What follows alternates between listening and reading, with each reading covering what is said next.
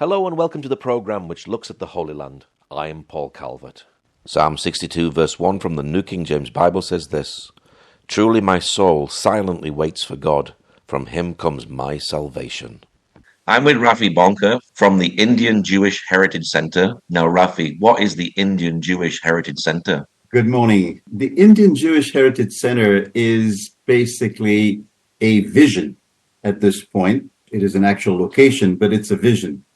If you look at all the heritage centers that exist for the smaller Jewish communities around Israel, there are Jewish heritage centers for places like the Jews of Libya, Egypt, Ethiopia, Yemen, Morocco, but there is no Indian Jewish Heritage Center.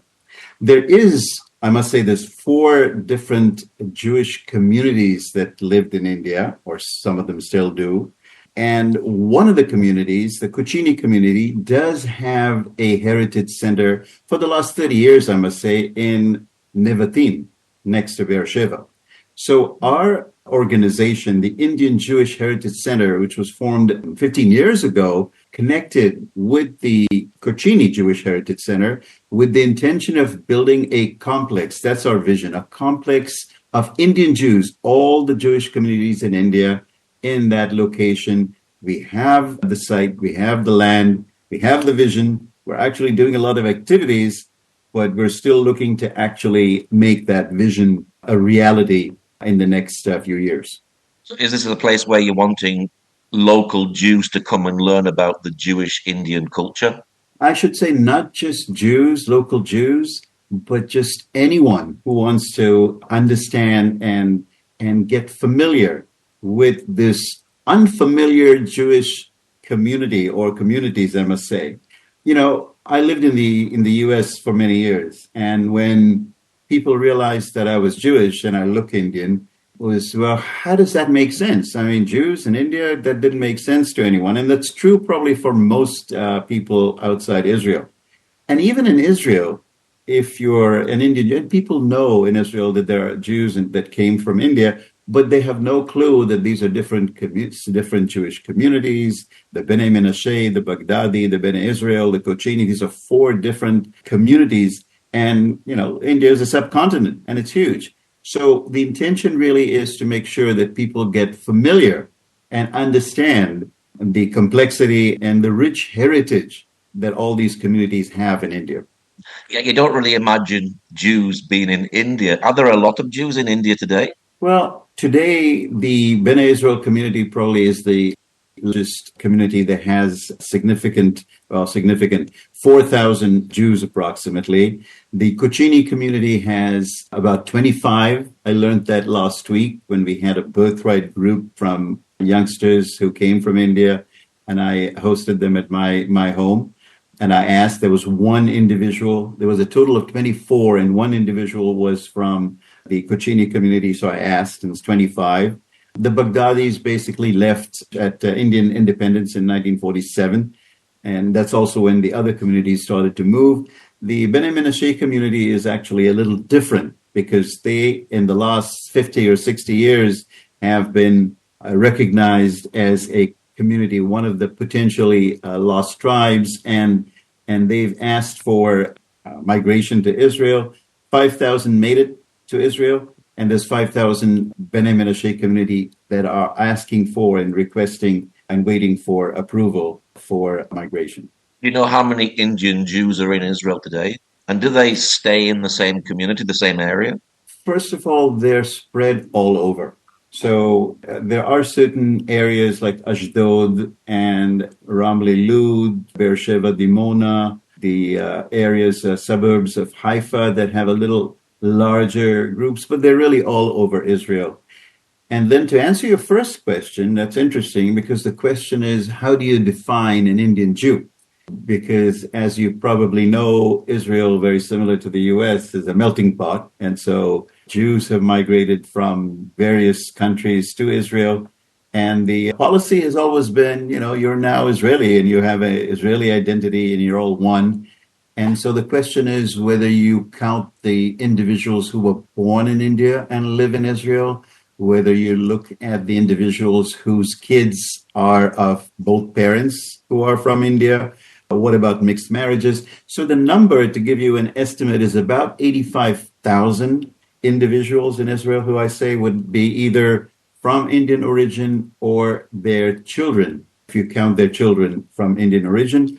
A number to mention is probably 20,000, which is what the population of Indian Jews was in 1948, not including the Bnei Menashe, the Baghdadi community, the Bnei Menashe community, the Baghdadi, the Kochini, and the Bnei Israel community. If you take those three, with the majority being the Bnei Israel, was 20,000 in 1948, before founding of the State of Israel. Jews in India keep their Jewish identity even though they're in India? Absolutely, yes. And I think, similar to the Christian communities there in India, these communities are incredibly ancient, especially the Bnei Israel and the Malabari Kochini Jews. These communities, the Baghdadis came to India 200 years ago, so that's a different group. But these two communities are very ancient. There are no records, so it's difficult to know whether, what year exactly, or whether they came in waves, which is probably more probable. But very similar to the Christian community, they're very ancient. They lived peacefully with their neighbors. There's no anti-Semitism. Tolerance was very normal. Actually, we're trying to set up some kind of event here in Israel, which expresses that tolerance and shares that idea here in Israel later this year. So absolutely, they lived in the communities. They integrated. They had distinct religious identities, but there was cultural syncretism. They basically, their dress. My father, actually, because he was more national and against the British, he wore Indian dress, even though it wasn't common for Jews. So the dress, ladies wore saris, which is the common dress for ladies in India. So music, architecture, if you look at the architecture and so on. So they were very much integrated into the society, but they did keep a very distinct set of religious identities and traditions. What is some of the distinct Indian identity of the Jewish community? What sort of things would you see? Well, it starts from simple things like, obviously having the circumcision, keeping the Sabbath, keeping the holidays. I studied in a Christian school, but whenever there was a Jewish holiday like Yom Kippur, the Day of Atonement, or the New Year, Passover, and so on, all I needed was a note from my parents, and I was at home, either with the family or at the synagogues. And there's 17 synagogues. Most of them are not active anymore, but in Bombay, many also in the South. So, we did keep our traditions. We did keep our holidays. We did keep food in terms of the kosher. It was kept to a degree, again, as the oral tradition required. Marriages, breaks, the circumcisions, and all of these ceremonies were maintained. They were unique, and the people got together. The synagogue was a central location for these events, and that's when people got together and stayed together. Here, I must mention something. You talked about unique. It also expressed itself in different ways. For instance, in the Bnei Israel community that lived in Bombay, their language, most people also spoke English, of course, just like most Indians, educated Indians, I should say. But the Bnei Israel, for instance, spoke Marathi, which is the national language of the state of Maharashtra. The Kochini Jews spoke Malayalam, which is the national language for the state of Kerala. But if you look, there is a Jewish Malayalam, there is a Jewish Marathi, which is a slightly different dialect in very subtle ways. So even though they did speak the local languages, you see that there are certain aspects which kind of showed that, they were connected, and they used certain words, where they got things from probably Hebrew or old traditions, which made them unique. This is just one example. Now, we see that there's anti-Semitism rising around the world. Has the Jewish community in India always been very respected and felt welcome in India? Anti-Semitism has never been an issue in India. And even today, I think most of the Indian population identify and see Israel in favorable terms. If you look at the trade relations, if you look at the exchange of cultures and so on, it is very common. It is very respected. There's mutual respect. And I think that, if in the past, probably 50, when the state was born, India didn't recognize Israel as a state initially. So it wasn't obvious, but there was no anti-Semitism. But in the last 30, 35 years, the countries have gotten much closer. So Jews in general and Israel is very well respected and accepted in the community. There is the anti-Semitism that we're seeing across different places around the world does not express itself in India. Now, are Jews in India today from AD 70, when the Jews were dispersed from the Holy Land? Is that how they're there in India today? So the answer is a little complicated. You have to take each community and see where they came from and then look at records, which in most cases don't exist. So if you look, the easiest is the Baghdadi community, right? They came as part of the British trade in probably 1830, 1840, part of the trade that they had. And they were also having issues with or Jewish problems in Iraq and in certain places in the Middle East, and they migrated to India, and they were very unique because they got their own traditions. They spoke Arabic initially 200 years ago. They gradually moved to English. So that's very well recorded, or relatively well recorded, because it was recent. When you look at the Bene Israel community, that is a very ancient community, and there are no records past about 300 years ago. So what you have before is you see that there are oral traditions that are still kept that make the community unique. That's how they were identified 300 years ago, because they kept certain things in their diet and circumcision and holidays and so on. So you see that, and that's how they express their connection to Judaism. So it's unknown whether they came as a group at a certain point. Their history shows that, they tell a story, origin story, about 7 men and 7 women that were shipwrecked on the coast of the Konkan, which is close south of Bombay. And then they were welcomed locally, and then they lived there and so on. But again, they didn't have any of their belongings, so they didn't have the Bible and so on. So everything was oral. That's the origin myth. But whether they came as a group, whether they came individually over the years in waves is unknown. Similar situation is with the Kochini Jews, because there are actually 2 groups there. They're the Malabari Kochini Jews that have a very similar history. They believe that they came at the time of King Solomon. Now, whether that's true or whether they came in waves and so on is unclear, but it's clear that there are a group that lived there for many, many years, long before the Portuguese came there 500 years ago. And then there was a new group of Kochini Jews that arrived, and they're called the Paradesi Jews. Now, Paradesi in local language means foreigner. So there's 2 groups of Kochini Jews. There's the original Malabari, and then there are the Paradesi, which are the more modern, and they did have different synagogues, so they lived separately. So there's more evidence of the Paradesi just because they came as part of Portugal, and then later there were records, and there's records in Amsterdam and so on because of that migration. And when you look at the Bene Menashe group, there's absolutely no historic records, and there's more oral tradition as to whether they're part of the lost tribes and they came to China and then moved to India, and there they became Christian. And then just in the last 50, 60 years is when they started returning back to their roots. So it's very difficult to pinpoint. There's minimal research too. This is one of the things we're trying to encourage, is to have more research on the subject to find out more.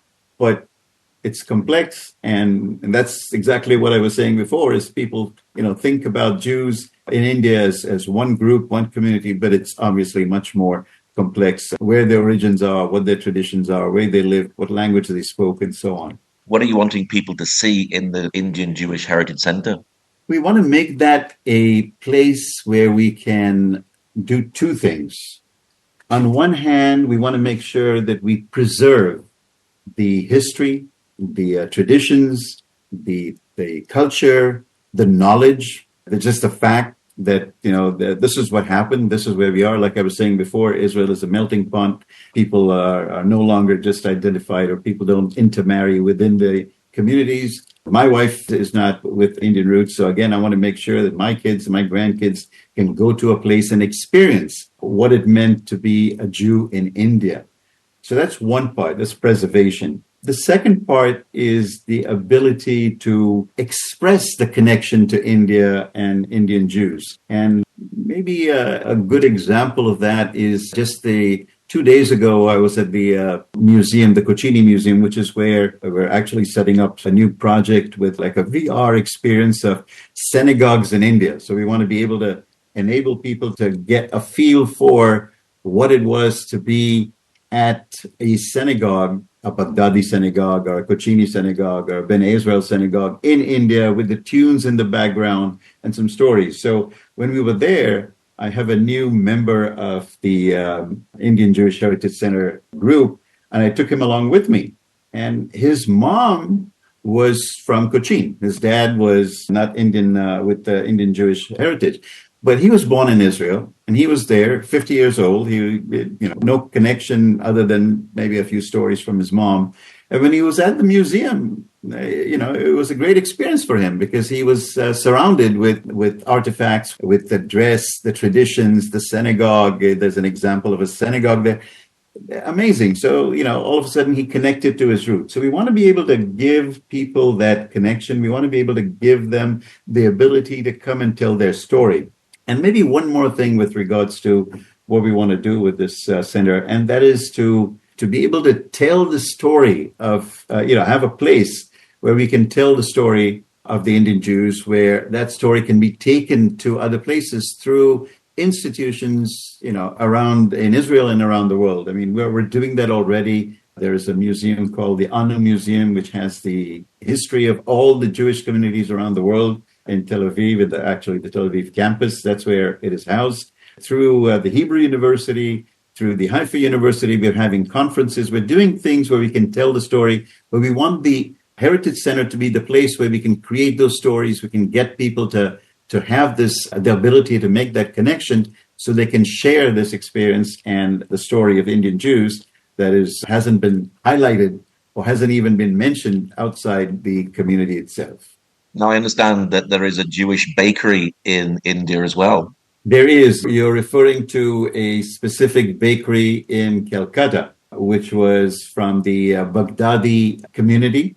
And by the way, it's very common for Jews and actually also Christians who lived in India. I mean, these are minorities in a vastly Hindu state where I think both these communities, the Christian community, the Jewish community, the Parsi community, by the way, is another one. All of their activities, there was many, many individuals who took initiative and started businesses and were in prominent places in government and so on. So there's like a mayor of Bombay at one time in the 1930s was from Bene Israel community. There was a very famous poet whose Nissim Ezekiel, whose songs and poems are still taught in school in the general curriculum in India. So, and this bakery is an example, again, of an initiative by a Baghdadi Jew starting a bakery in Calcutta back, I guess, over 100 years ago. Very famous bakery that many people came to.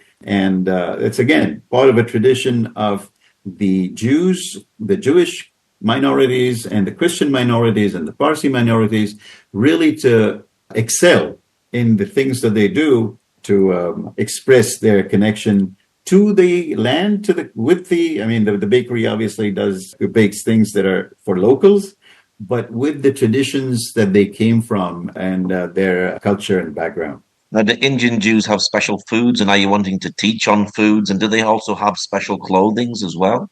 You mean the Indian Jews in India? Yes. Okay. I think, again, it depends on two things. It depends on the community. So I think the Baghdadi Jews wore Western dresses and so on all along. From the day they arrived, again, they were very connected to the British. That's how they came to India. So maybe they still, the first generation still had, the Muslim turbans or whatever, because that's where they came from. They came from the Arab land. The Bene Israel and the Kochinis were very much, again, since we don't know exactly when they came, they were very much integrated into the local population. And in terms of their dress and so on, it was very much according to the local customs. So ladies wore saris, which is the common dress for ladies in India. Men, initially local dress and gradually Western dress and so on. But it also varies in terms of the age group. So yes, the older generation, the previous generations, 50, 100 years ago, they were much more with the local customs and local dress. Gradually, with the arrival of the British in India, it changed to more Western for the men. Okay, the women still were in saris, not the Baghdadis. They were always Western, also for the ladies.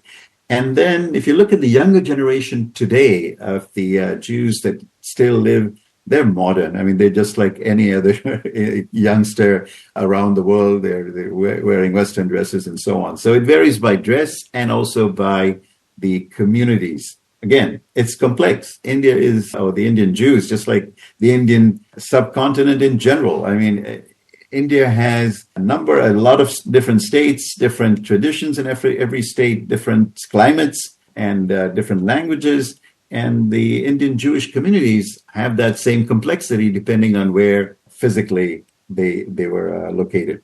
Now, where is the Indian Jewish Heritage Center going to be located? We're going to be connecting, or we're actually connected to the Cochin Jewish Heritage Center, which exists for probably about 30 years now in a place called Nevatim, which is 5-minute or 10-minute drive from Beersheba.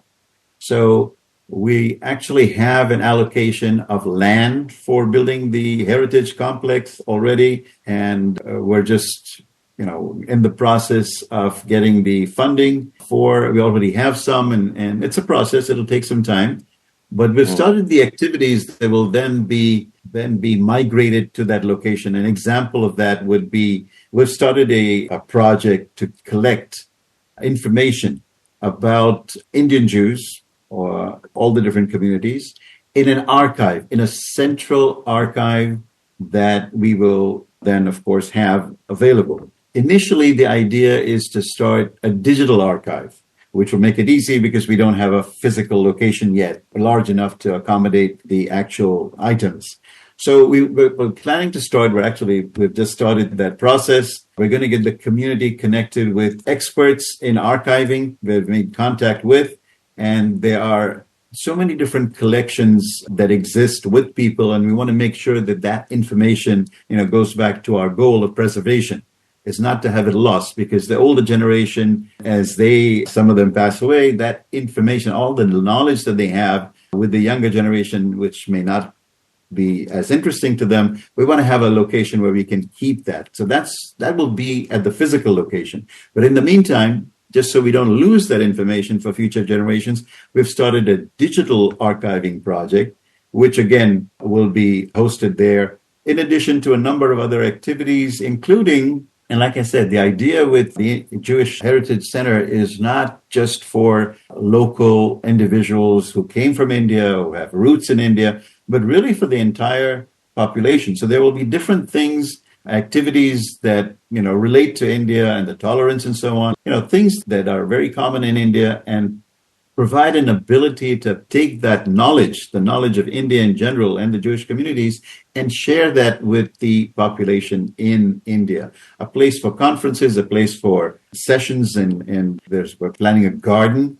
where we can have trees that are from India with special medicinal value, and all of this in a physical location. What's your website for people who'd like to know more about the work that you're doing? That's a good point. We're actually in the process of renewing the website or renovating the website. The website currently is not as updated, but if you just type in Indian Jewish Heritage Center, you'll basically get to the location, and you click on the link and you can get to our website. Rafi, thank you very much for sharing today. You're more than welcome. It was a pleasure. Thank you for joining us today. Pray that God will move by his mighty power in the Holy Land and bring his peace.